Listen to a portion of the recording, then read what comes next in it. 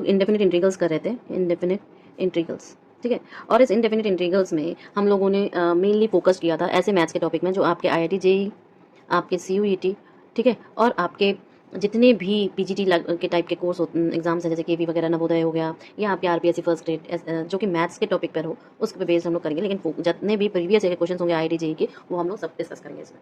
अब देखो main problem क्या है कि जब हम इतना तो हम लोग नॉर्मली अब तक जो इंटीग्रेशन कर रहे थे वो डिपेंड था आपके जो नॉर्मल फंक्शंस को देख के इंटीग्रेट करना। बट जब हम लोग मोर फर्दर टाइप्स या मेथड देखने की कोशिश करते हैं कि हम लोग इंटीग्रेशन को किन किन मेथड से कर सकते हैं, तो उनमें आता है, देखो एक आता है सब्सटीट्यूशन, दूसरा आता है आपका बेटा जी integration by parts, integration by parts, ठीक है, और तीसरा आपका आता है इंटीग्रेशन अलजेब्रिक एक्सप्रेशन का, जिसमें पार्शियल फ्रैक्शन का यूज करते हैं, partial fraction of algebraic expressions में, ठीक है। तो ये आपके क्या हो गए, मेथड्स हो गए इंटीग्रेशन के, ठीक। तो सबसे पहला जो मेथड हम लोग आज से यूज करेंगे वो है आपका सब्स्टिट्यूशन मेथड। कौन सा मेथड है, सब्स्टिट्यूशन मेथड, ठीक है। देखो सब्स्टिट्यूशन में हम लोग पर्टिकुलर किसी फंक्शन का यूज करके उसमें सब्स्टिट्यूट कर देते हैं। तो मैं एक बेसिक सा प्रोटोकॉल ना बना के डिफरेंट टाइप्स ऑफ क्वेश्चंस को प्रैक्टिस करेंगे। Different types of question practice करने से क्या हो जाता है कि आपको एक आइडिया बैठ जाता है कि कैसे ये सारे क्वेश्चन सॉल्व होते हैं, ठीक है। Okay, let's start. अब देखो जैसे first question ex+1 cos square x ex, अगर मैं इस फंक्शन को देखूं तो मैं ये कह सकती हूँ कि अगर मैं इसका डेरिवेटिव निकालूं तो ये फंक्शन आ जाएगा, ठीक है।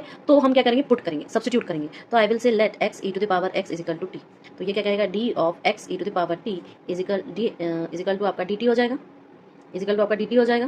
क्लियर है। या मैं ये भी तो कह सकते हैं, इसको हम लोग ऐसे भी लिखते हैं बेटा, d by D X of your x e to the power x is equal to into D x is equal to dt, ऐसे भी तो लिख सकते हैं, ठीक है। यानी कि मैं ऐसे भी कह सकती हूँ कि x+1 e to the power x dx is equal to dt, ये भी कह सकते हैं। इसका मतलब dx जो हो जाएगा बेटा जी, वो हो जाएगा आपका dt divided by x+1 e to the power x हो जाएगा। तो ये चीज जब ऐसे आ गई आपकी, ये चीज आपकी ऐसे आ गई, dx की जगह पर पुट कर देंगे तो हमारा इसको लेके कट जाएगा और बचेगा सिर्फ क्या, आपका ये पार्ट, dx पार्ट। एक मैं क्वेश्चन पूरा कर दूंगी जिससे कि आपको ये हेल्प मिले। तो इसका मतलब जो हमारा इंटीग्रेशन आई था वो क्या बन जाएगा, वो तो हमारा ये था, क्या था, e to the power x x+1 cos square x e x dx। यानी कि जब हम dx की वैल्यू पुट करेंगे तो ये integration e to the power x x+1 cos square x e to the power x dx की जगह पे आप dt by x+1 e to the power x लिख सकते हो।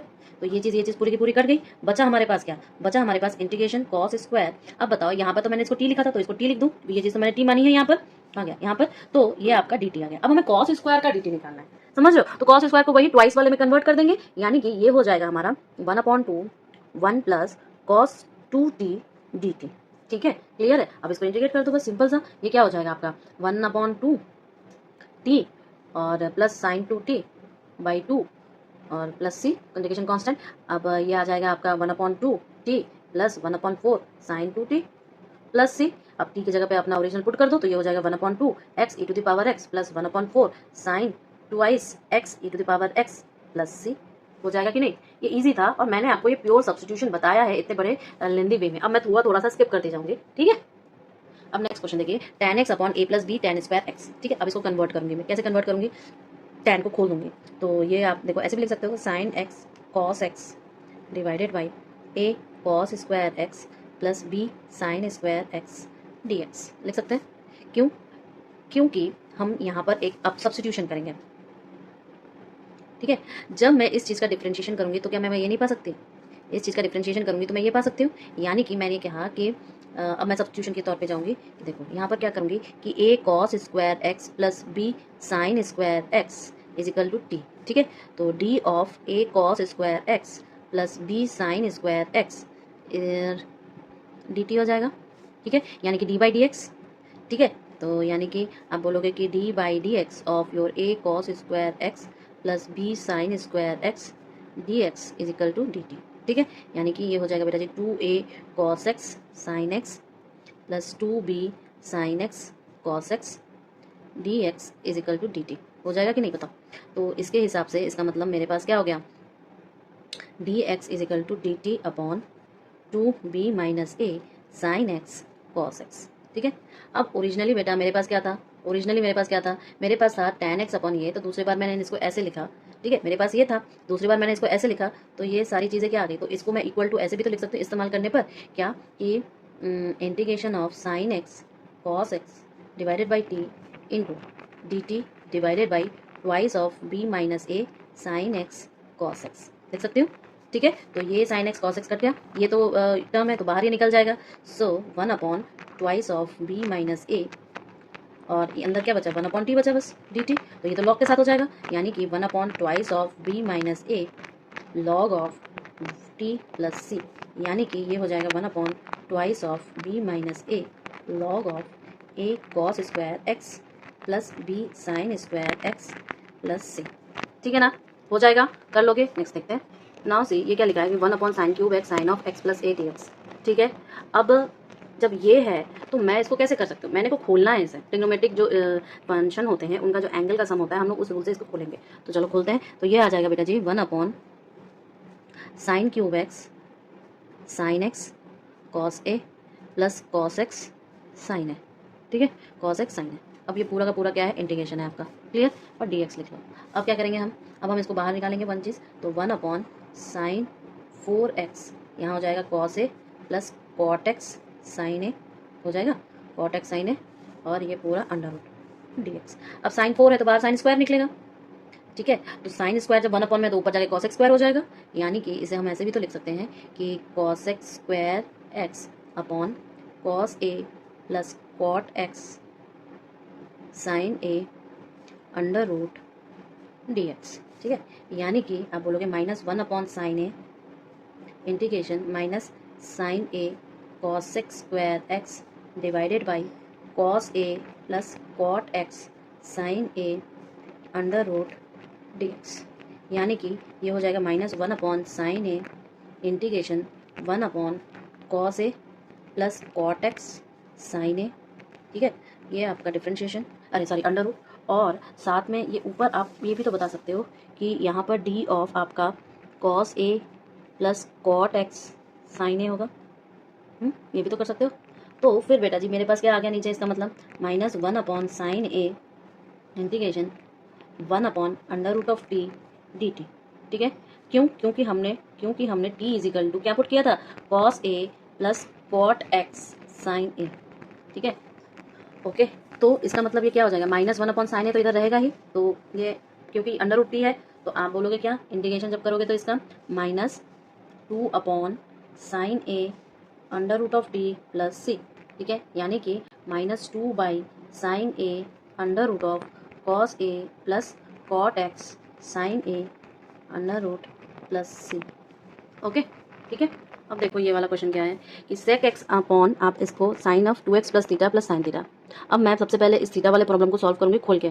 ठीक है, तो ये हो जाएगा आपका बेटा जी क्या, कि integration sec x upon sine 2x cos theta plus cos 2x sine theta plus sine theta. ठीक है, और ये पूरा अंडर रूट डी एक्स। ठीक है, ओके। सो जब ये साइन थीटा आ गया तो इसके बाद फिर हम कॉमन लेके इसको ब्रैकेट में कर लें, यानी कि मेरे कहने का मतलब है कि integration sec x divided by आपका क्या हो जाएगा, 2 sine x cos x cot theta plus sine theta common ले लो, तो ये 1 प्लस कॉस ऑफ 2x हो जाएगा और डी एक्स। ठीक है, इधर आपका अंडर रूट चल रहा है। ठीक है, तो इसको मैं ऐसे भी लिख सकती हूँ, integration of sec x, so it will be your sec x upon, what will happen, I have taken 1 plus cos 2x common, so what I will get, 2 sin x cos theta plus 2 cos square x sin theta. Okay, so dx. So now what should I can do for my further simplification? So for further simplification I can say it like this way, integration of sec square x divided by 2 tan x cos theta plus 2 sin theta dx under root dx is equal to 1 upon root 2 integration 1 upon tan x cos theta plus sin theta under root, okay, then it will be your sec square theta, sec square x dx. Okay, so cos theta I will take out, so I will get 1 upon root 2 integration 1 upon under root tan x cos theta plus sin theta integration, ये यहाँ पे खत्म हुआ, then ऊपर sec square x dx. Okay, now I can write it as also like this way कि first I will take out 1 upon root 2 outside cos theta, integration 1 upon under root tan your x cos theta plus sin theta. Okay, and it will be under root, but outside हम क्या कहेंगे, cos square sec square theta x dx. Okay, cos theta sec square dx. Clear? अब next इसको देखो, हमें क्या करना है कि हम यहाँ पर देख सकते हैं कि अगर मैं पुट करूँ t is equal to tan x cos theta plus sine theta, ठीक है। तो अगर मैं ये पुट करूँ तो मेरे नीचे वाला टर्म चला जाएगा। क्लियर? कैसे जाएगा? देखो, ये हो जाएगा बेटा जी आपका 1/√2 कॉस थीटा, √2 कॉस थीटा, ठीक है, integration 1/tan x cos theta plus sine theta, okay, under root, और इधर रहेगा d of tan x cos theta plus sine theta, right. ये तो हम लोग अब तक कर रहे हैं डी वाले को लेके। तो ये खुलेगा तो ये क्या बन जाएगा 1/√2 कॉस थीटा इंटीग्रेशन dt/√t। क्यों? क्योंकि t तो हम लोग ने ये पुट कर रखा है। अब बस सिंपल इंटीग्रेशन है, तो ये हो जाएगा 1/√2 कॉस थीटा, और इधर हो जाएगा t⁻1/2 divided by 1/2 plus C, यानी कि आप t की जगह पे t पुट कर दो तो ये हो जाएगा √2 अपॉन आपका कॉस थीटा, और इधर हो जाएगा tan थीटा, अरे सॉरी tan x होगा और कॉस थीटा होगा plus sine theta under root plus C. Okay, थोड़ा सा सब्स्टिट्यूशन पर ध्यान देना है कि कहाँ पर क्या सब्स्टिट्यूट करें तो मेरा काम बन जाए। अब ये वाला भी बहुत सुंदर सब्स्टिट्यूशन का है, पर इस चीज़ को हम कैसे लिख सकते हैं? देखो, twice of integration sine x a plus b cos x divided by b plus a cos x whole cube dx, ठीक है।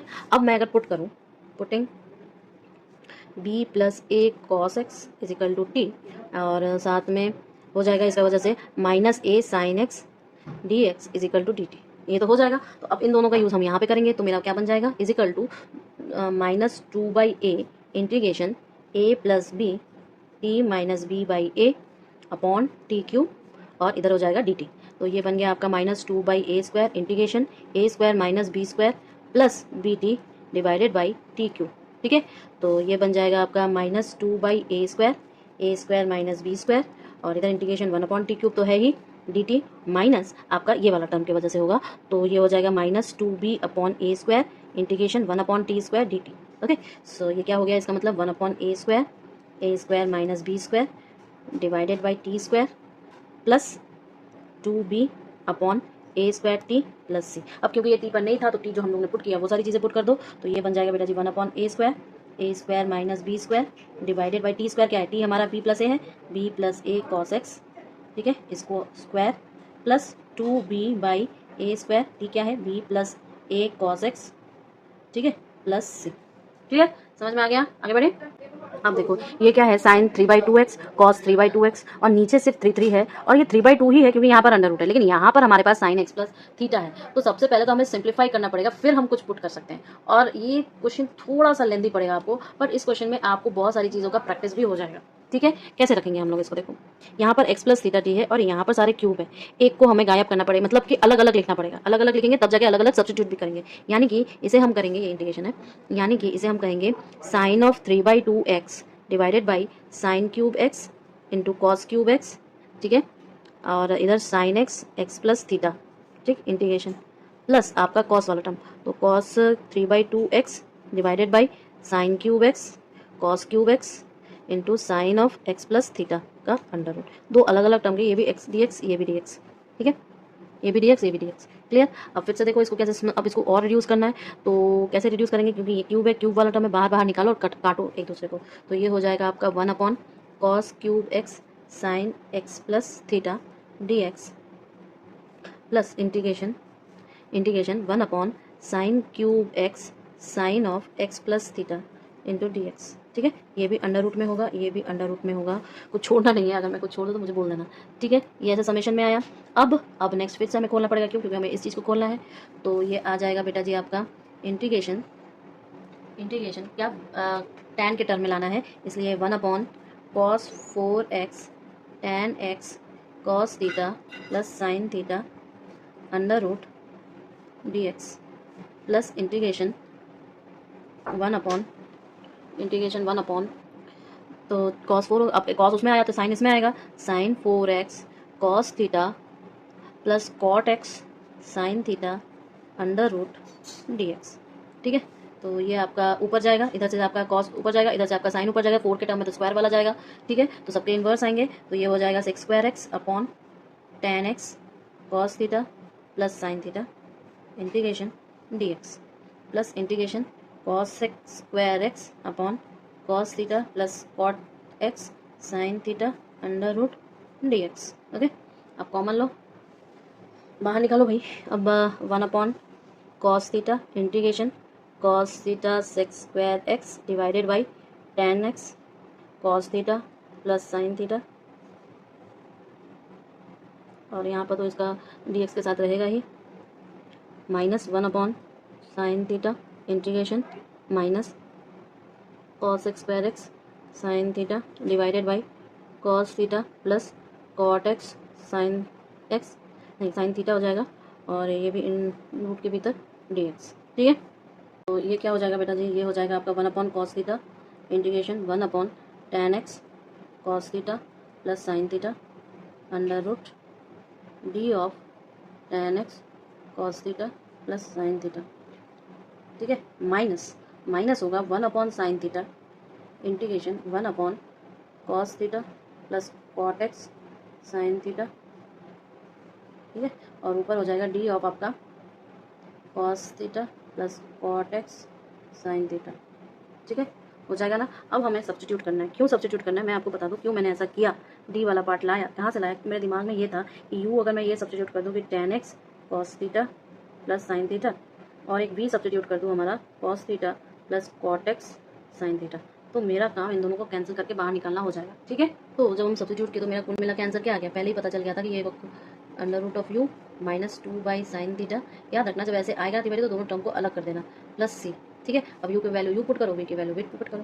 क्लियर, ये कहाँ से आया, क्योंकि बेटा जी वो 1/√u होगा ना, क्योंकि यहाँ पर आपका जो इसके पहले वाला स्टेप था वो क्या हो जाएगा 1/cos θ integration D U by under root of U minus 1/sin θ integration of D V upon under root of V. ठीक है, इससे ये आया। अब यू और बी तो हमें पता है, को हम लोग cos θ के साथ कर रहे थे, को हम लोग sin θ के साथ कर रहे थे, तो वही पुट कर दो, तो ये आ जाएगा आपका answer 2/cos θ under root of tan x cos θ plus sin θ का under root -2/sin θ under root of cos θ plus cot x sin θ plus integration constant c। Clear है ना। अच्छा ठीक है, ये थोड़ा सा बड़ा था, और बड़ा होने के बावजूद बेटा जी आप कर लोगे इसको, ऐसा नहीं कि आप कर ही नहीं पाओ। क्लियर है, आगे बढ़ते हैं।